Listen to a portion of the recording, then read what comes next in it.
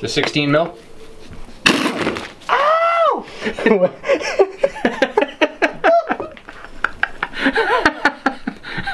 Holding in that pain there. Went through the glove, but not through the fingers, so we're okay.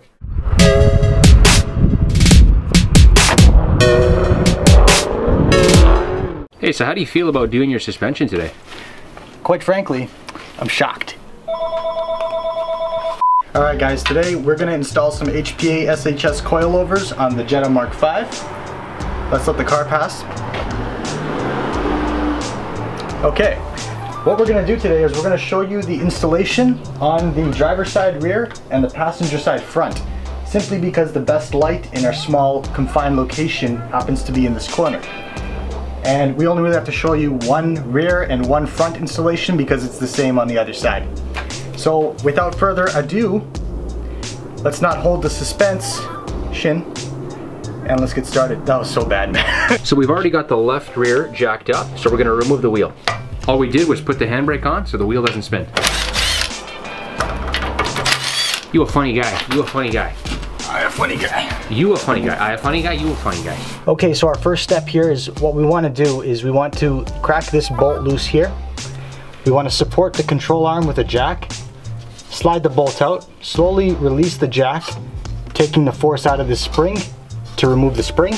Then we can take out this bolt here holding the lower side of this shock and taking out this top mount over here, which will remove this whole shock assembly, this damper, and then we'll attach this onto the new one and we can go ahead with installing the new hardware. We're just spraying some WD-40 onto the bolts that we're going to crack loose so we don't have any issues with rust. Okay. Use the ratcheting breaker bar. Nice bum, where are you from? Toronto. No, that sounds like fucking... That's disgusting, man. I know. Ooh. Nice and easy. Now we can actually support the control arm with a pump jack and then fully remove the bolt. Once the bolt is fully removed, we can slowly lower the pump jack and then remove that spring, but very carefully because we don't know how much preload is on that spring. All right, so we've removed the nut for that bolt right there. The bolt is still in there. So now we're going to support the lower control arm with this pump jack and then remove the bolt. Too much tension on the pump jack. You might have to lower the pump jack. Yeah, you're right. So you want it to just touch.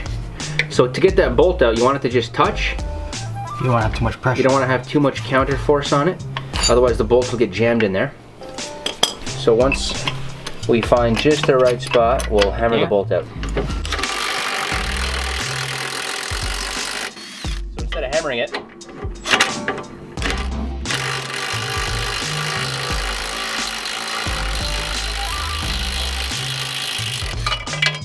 okay, bolt is out. I'm kind of deaf. so now we're going to slowly, what we're going to do is Julian's going to hold the spring with his hand and he's going to slowly lower the jack. I'm left-handed, so I'm using my right. Slowly lower the jack. There we go. Oh, coming out. Okay. Jack's bottomed out and the spring still wants to go a little more. So this is where you would have jacked the car up slightly more on the jack stands.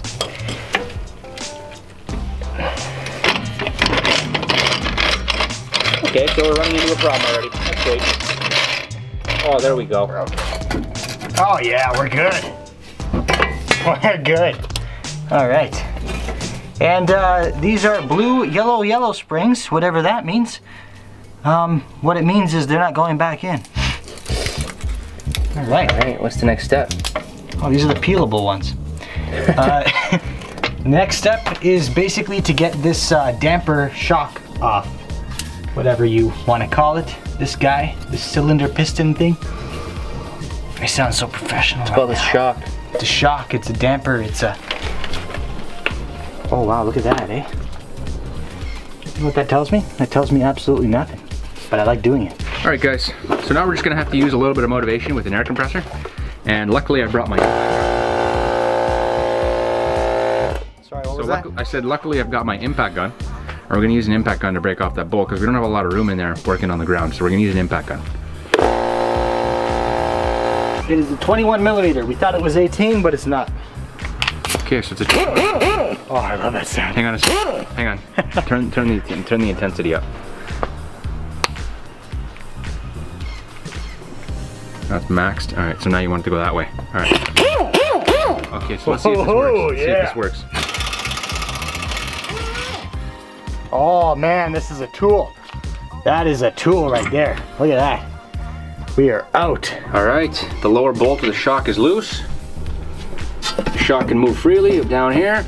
Now we gotta get up there and remove those two bolts. I'm not sure what size it is, but we will find out shortly. 16. 16? I'm just taking a guess. Taking a guess? I'm thinking it's a, yeah, it looks like a 16. It's always a good idea to use non-impact sockets with an impact gun. Yeah, right. He's lying. Don't listen to him. Go slow. You know, just make sure it's seated. Make sure it's moving. Yeah, we're good. Okay. Perfect. Oh, perfect. Perfect. Okay, we got one out. And that air gun is perfect. All right. There we go. So, all right. Let's just... Oh. Oh, I get it. It's expanded. Look at that. Okay. There's the OEM shock for you. So we'll be taking this off and reusing it for the new one. The shock mount. Yes. Take this cap off and that'll reveal the nut. I'm gonna use a pick or a flathead. Oh, never mind. Get that guy off there. Ow! Put it on the ground. Yeah. Step on it. And let it ruin our feet. No, it's spinning the whole thing, man. So basically, we need a vice grip And a spanner. to clamp the top center part, right the top there, and then we're gonna use a wrench, some sort of wrench to loosen that while we're holding it with the vice grip. We need to now put this on our new shock. Okay, so they give us a new nut. What that means is, I just hit my bumper. So we shock just in have first. to tighten this down. And we are ready to go. 2 MIG welds are holding this whole thing on. Isn't that cool? See? Look at it, look. See? You know what that is? That's spatter. So that's either MIG welded or stick welded. Probably MIG welded. Let's put the shock in. How about that? Oh, we need an Allen key and a wrench. Okay, so we've just finished tightening the top. So our stock shock mount is on our new shock. We're gonna put this in place over here. We're gonna snug these 2 bolts, and that'll allow us to compress this damper because it's actually not that tight. I can compress it just with my hand here, which will allow us to get the bottom mount on. Bottom bolt. Let's just put some fasteners in here. These are the stock fasteners. These don't have to be too tight. You don't want to strip the holes. Just tighten them evenly.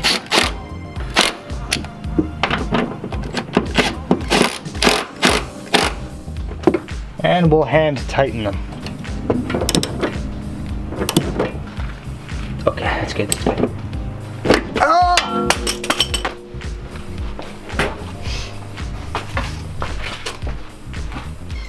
You alright, man? I just rolled the fender with my forearm. If you're a surgeon in the area and you'd like to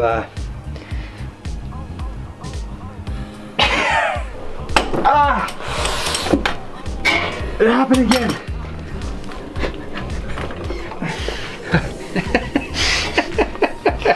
He's happening. That's tight. It's not going anywhere, dude. It's not going anywhere. I'm just gonna put this bolt in now that holds the bottom of the shock in place to the knuckle. Check it out. Come on down here. Come on down. Come on down. Right there. See this? This thing's actually pretty easy to compress. So all I gotta do, compress it, pop the bolt in. Let me just use the impact gun real quick. I believe, what was that, an 18? 21? 21.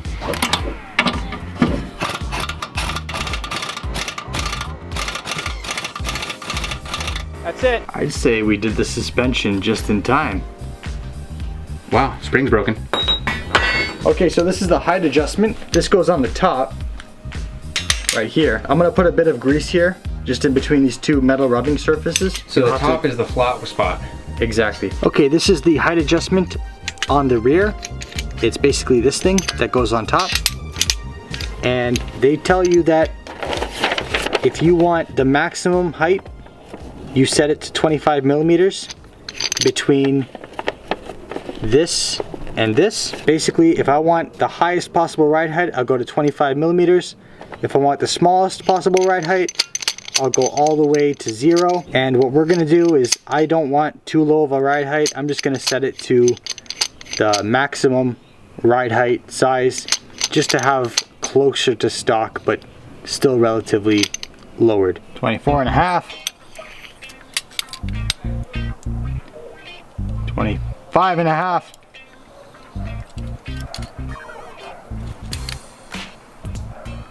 25.06. That's pretty close. Okay, so the spring, as you can see on the bottom there, is seated into the control arm nicely. There's like a rubber bushing in there.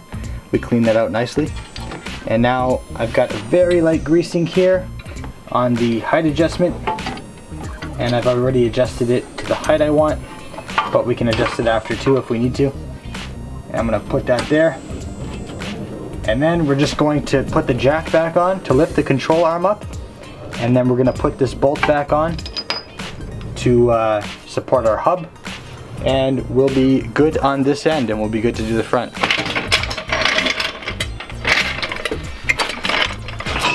Somebody once told me that suspension was easy. All right, so I'm jacking up the lower control arm on the rear, tightening that spring, and right now you can see we're just about ready to put the bolt in. We're good. Grab a hammer. Look, we're good. Okay. So now we'll put the nut on the other side and tighten it down. Perfect.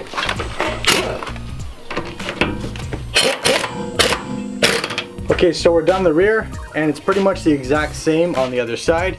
So now we're just going to do the right front, and that'll be it. Wheel's gonna come off, and that'll get us access to the good bits. Okay, so before taking the wheel off, we should have loosened the axle nut because the car would have been on the ground and would have been steady and solid. Now what we have to do is have someone stand on the brake and hope that the brake can hold it while we loosen the axle nut. Okay, so we put some WD-40 on all the connections that are gonna come loose. We're gonna go ahead and take off this bracket that holds the brake line and the wheel speed sensor, just because it'll give us better access to things. We're also gonna disconnect the tie rod and the sway bar end link, and that'll allow us to take the shock off. That is connected with this knuckle over here, this nut, and a triple square, like everything else on these Volkswagens. And then 3 nuts that are behind the cowl under the hood. Now, somehow 2 videos we've been watching have instructed to take off the wipers to get the cowl completely off. We've been able to do it just by having someone hold this up and then using a shallow ratchet to take off these 3. Okay, so to take off this brake line from this bracket, I'm just gonna pry up on this little thing here. Be careful not to bend your brake shield. Okay. Okay. There it is. Put that in a safe location. Okay, so wheel speed sensor's off, brake line's off. We're gonna take off this little bracket here that holds both those lines. That'll give us some more room to the knuckle. Okay, it's a 10 millimeter. Okay, bracket's off. And it's got a little locator pin there, so you can't really put it on backwards when you put it back. Now, we got this drive shaft axle bolt out. We can pop the drive shaft out, but first we're gonna take off the sway bar end link from here, and we're gonna take off the tie rod from back here. Okay, so the wheel speed sensor over here, we're gonna disconnect it from the sensor so that we can get this cable out of the way. Okay. And now, these Volkswagen clips are just a pain in the ass. Connectors. Okay, here we go. Let's put that away. Okay, first I'm gonna take off the sway bar end link over here.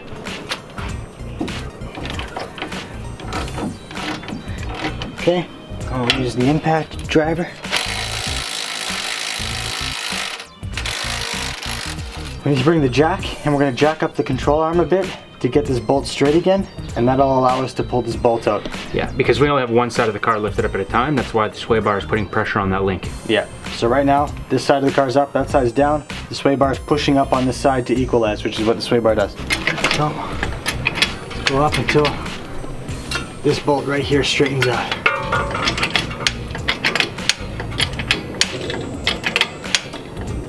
See that? There you go. Next up, tie rod. Where's the 18?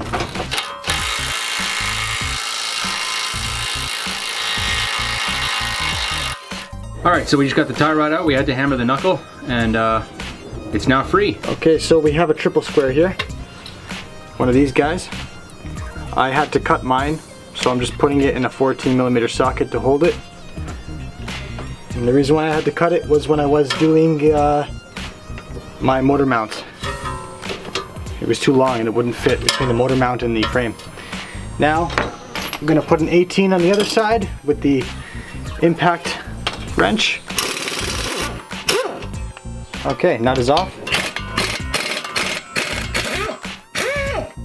Wow, lots of rust. That bolt has seen better days, man.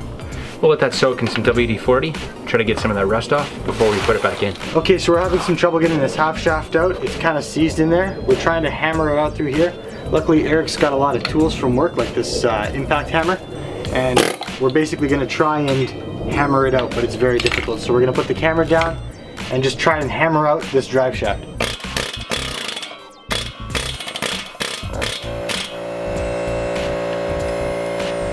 Okay, so the drive shaft is loose.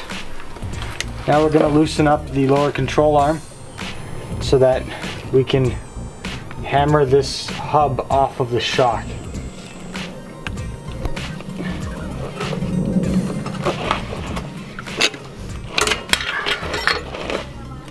Oh my god. So what happened, Joanne? Okay, so I sheared one of the studs on the ball joint down here. So we're just going to replace it with some hardware, and I'll probably replace the ball joints at some point.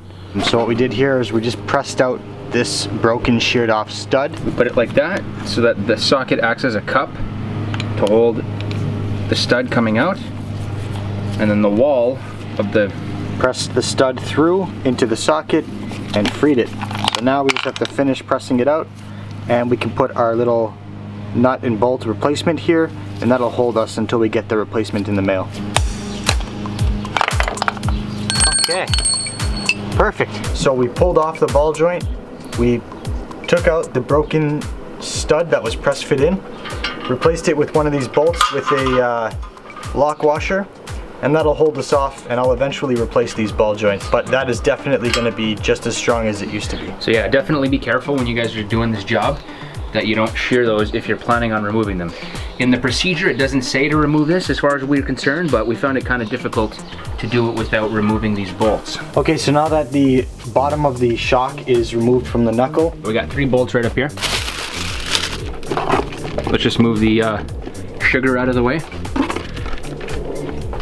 So the 3 bolts right there, we're gonna remove those 3 bolts. There's one in behind the mounting point there. They're 13mm. We've already cracked them loose, so now we're gonna fully remove them, and then that will allow us to fully remove the shock. Let's do it. Hold the shock like this and push it up while he's loosening that. Okay. Now we can just put those to the side because we're no longer gonna use them, and we have brand new upper strut mounts and bearings that we're going to be installing. Okay, so I'm going to be careful not to damage or dirty up this piston area right here. But what I did was, this is the height adjustment, and I brought it all the way to the bottom. I'm going to layer a very, very thin layer of grease. Grease likes to attract dirt, but I just want a very, very thin layer because this is where the spring is going to sit. All right, we're going to put the spring on like that. And then we're going to take our new upper strut mount with bearing. So I'll show you that. We have the upper strut mount, put the bearing on. We're going to put this little bump stop thing right in there. And we're going to put this whole assembly up on top here. Actually, first, let's just get a tiny bit of grease right there. Tiny bit though, very tiny. Lube it up, buddy, lube it up. The sun is going down. As you can tell, this has taken us a long time, and we were stressed out about this because we ran into so many little issues. It was mainly the shearing of that ball joint. Yeah, the shearing of that ball joint, and we were drinking a lot of beer. So we started getting really tired, and it was kind of warm out. so it didn't really help either. Okay, good. So now we're just gonna tighten this down, and the specs in the paper say around 38 foot-pounds, I believe. Anyways, whatever your manufacturer recommends. We're just gonna use an impact gun. And we're gonna turn this down. Until it stops. And then what we're gonna do is adjust the height based on the instructions. And the way to do that is you take your little adjustment spanner, and the distance between the bottom of this plastic and this line on this ring, right now it's at 0, that correlates to ride height. So right now this is the lowest possible ride height, and as we turn this up and preload the spring, that brings our ride height up. We're gonna start with 50 millimeters. Which is the highest ride height setting advertised here by HPA for this particular SHS shock absorber. So this black piece is going to be up 50 millimeters. And then when the suspension settles, we will go ahead and adjust our ride height to what's favorable by just turning this after taking the wheels off. Okay, so we don't have the special wrench tool that fits into that little it's got to valley basically there. dip down to fit in there. Yeah, it's got to dip down. There's got to be a special wrench that dips down, and then you hold the center stud there with like a 10 millimeter. But we don't have that, but we do have this. So we're gonna go ahead and give this a shot. Just basically, we already tightened it, but we're gonna show you. All you do is you go until the bottom's out. Hold that. Now it's not spinning anymore, and we just went a little extra with the tightening. It should be good. It's true, when you tighten this, the whole thing's gonna spin freely and it won't tighten. But as you saw there, the impact didn't move, which is because those quick little pulses actually end up tightening it. Okay, sorry about the lawnmower sound, but really quick. We just got our ride height kind of preset, 25 millimeters. And now we're gonna bolt it up into the top, and then we'll bring the knuckle up into this. And of course, we're having issues putting the half shaft back into the hub. It was kind of seized when we were taking it out, so it seems to have mushroomed a little bit, and we're trying to clean off the splines because it just will not go in no matter how hard we push. Basically, we keep screwing up, so this just watch this video for entertainment and probably find a better video if you want to know how to install suspension without any problems. Yeah, we sheared a bolt off on the ball joint, or a nut, or a stud. I can't even speak anymore, I'm so stressed out. And now this thing won't go in. It's just kind of a headache. Every time we work on the Jetta, it's a headache. Alright, so after a lot of struggling and trying to defeat the temptation to quit and curl up in a ball and cry. Basically, we've proven our name. We are Wannabe tuners. We finally got the half shaft back on. I think what happened was when we used the air hammer, we bent some of the splines. So we went at it with some needle files on all the splines just to kind of straighten everything out. And we finally got the drive shaft on after a couple hours of playing with it. So yeah. Next step, tie rod. It's too late. The sway bar end link. Sway bar end link has to go on right up top. And then the tie rod. And then the tie rod's gonna go on right on that side there. First things first, lower control arm. We'll bolt that to the ball joint. I'm gonna slap myself in the balls. So Julian wants me to check the tightness of those bottom control arm bolts because I don't trust myself. He doesn't trust himself. Okay, so we got the lower control arm on now, and okay, can I go again? Yeah, go again. Okay, we got the lower control arm on now, and as you can see, obviously the sway bar end link isn't lining up because the suspension's not loaded. So I'm just gonna jack up the lower control arm. Yeah, it's because we're doing one side at a time. The left side of the car is on the ground, so the sway bars are not equal in terms of their positioning. So this is why we kind of have to raise this side to level it out with the left side, which will make it easier to put that sway bar link into the hole. I think I need to brush up on my communication. Almost there. Yeah, man. Keep it going.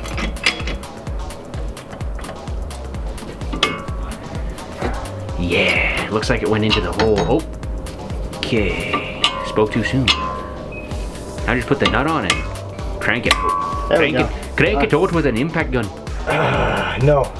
Why? Because we need to give it a hand touch on this. No. This one we're gonna do with an impact gun, the portable one. Trust me. Okay.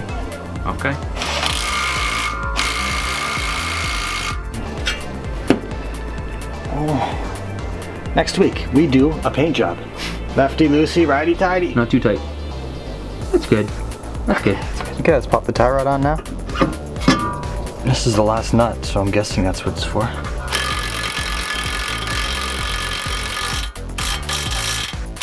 Check it by hand. Tie rod is in, tightened down by hand.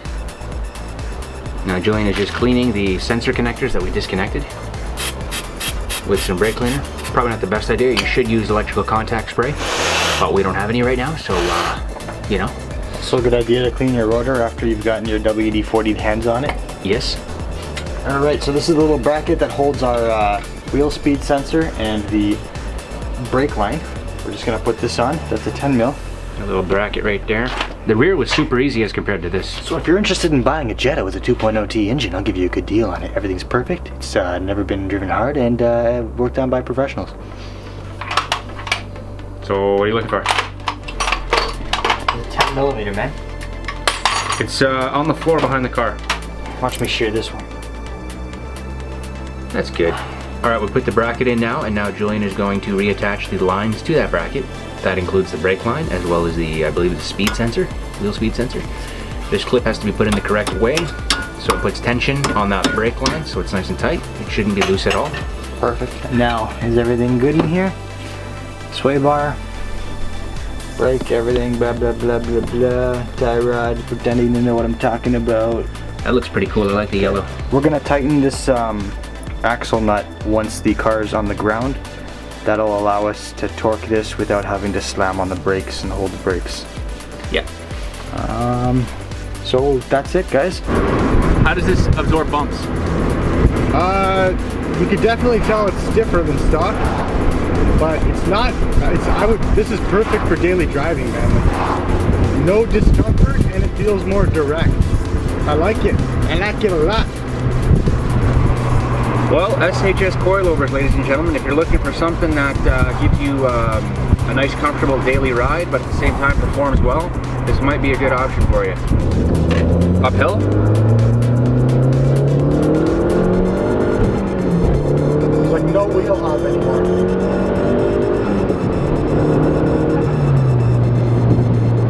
Oh yeah, see, it just hugs the road when it hits a bump. Oh yeah.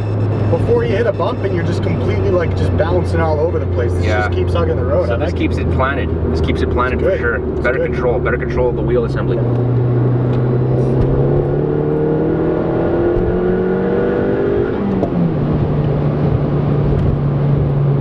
See that? Oh yeah, it just holds it. I feel safer in this thing now.